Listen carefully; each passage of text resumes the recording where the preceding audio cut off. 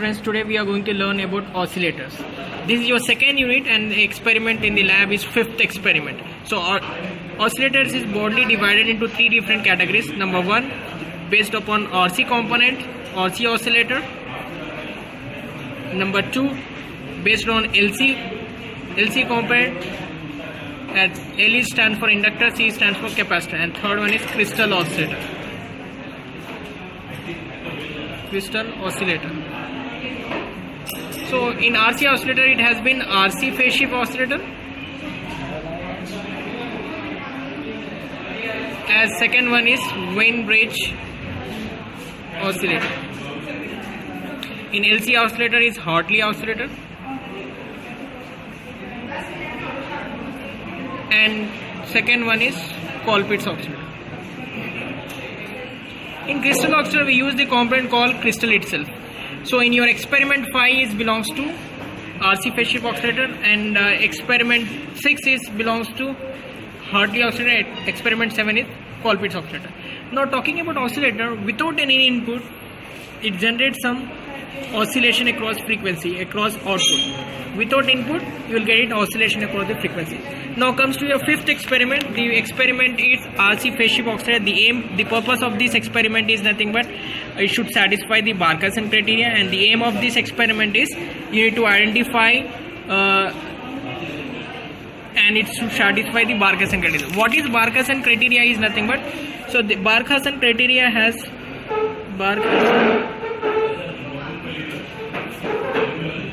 criterion or conditions, I could say. This is conditions. So number one, this is my amplifier. When you input signal, the output of amplifier is 180 degrees phase shift, 180 degrees phase shift, and this part of your output signal is fed back as a feedback network. And when you look at input of feedback will be same things, 180 degrees phase shift, and output of feedback is nothing but will be a 180 degrees phase shift. So now look at both the signal are in phase, and now look at the around the loop it should be at 360 degrees or 0 degrees. Now look at, this is my input, output of amplifier is 180 degrees and input of beta is 180 degrees plus 180 degrees. So the around the loop it's nothing but 360 degrees or 0 degrees. So both the input and output should be in phase. And second condition is nothing but this should be mod of unity, and alpha, this is my A, and beta, the mod of A beta should be equal to 1 unity. Now to satisfy this condition, now look at this my fifth experiment. This is your R1, R2, RC and RE. First you need to find DC condition, VB, VC, IB and IC. Once you find it a DC condition, this will be acting as an amplifier. At here the channel 1, it gives me a 180 degrees phase shift of my amplifier. This is my amplifier part. Next 180 degrees phase shift will be done by this RC network, 1C, 1R, second C, second R, third C, and this is your third R. This is called RC network. It will be like this.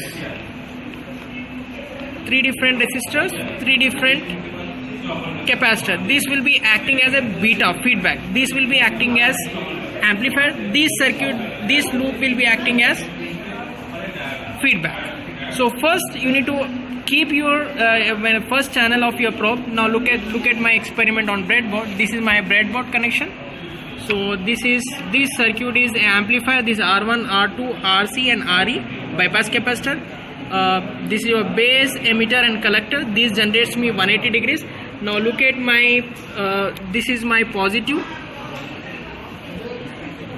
This is my positive and negative, positive, negative, which is connected to channel 1. This is my input. This is my input, which is connected. This is amplifier output. This is my amplifier output.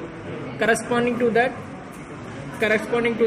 I have something called, this is 1R, 1C, second C, second R, and third C and third R.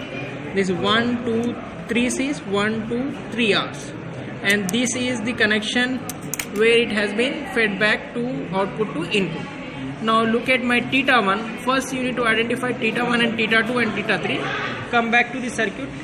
This is my first theta 1 and this is my theta 2 and this will be my theta 3. So now look at my two sinusoidal signals. You will get it amplified. This is my amplifier output, and this is one theta 1 RC, which is feedback of my RC phase shift oscillator. So without an input, it's generating my output signal. This is my amplifier output. This is my amplifier output. This is my theta 1 output. So I just need to press XY mode. So once I press XY mode, come back, look at my the waveform. It looks like this. Previously it were two different signals.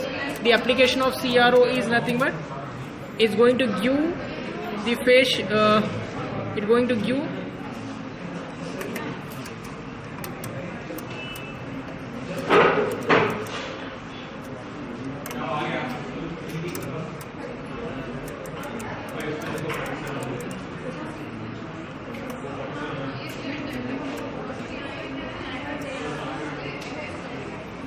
the application of CRO is nothing but phase difference. Two different signals I am having. The phase of these two signals has been identified with the help of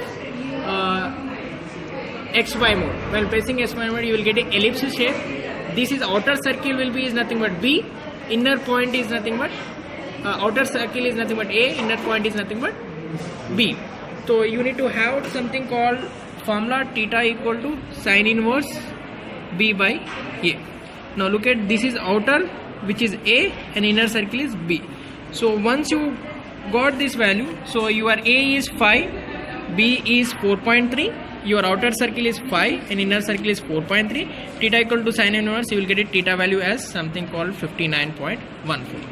As I said that this is RC network, theta 1 gives 60 degrees. Whole theta value will be something in and around of 180 degrees. Theta 1 plus theta 2 plus theta 3. So it practically I got 59, and same thing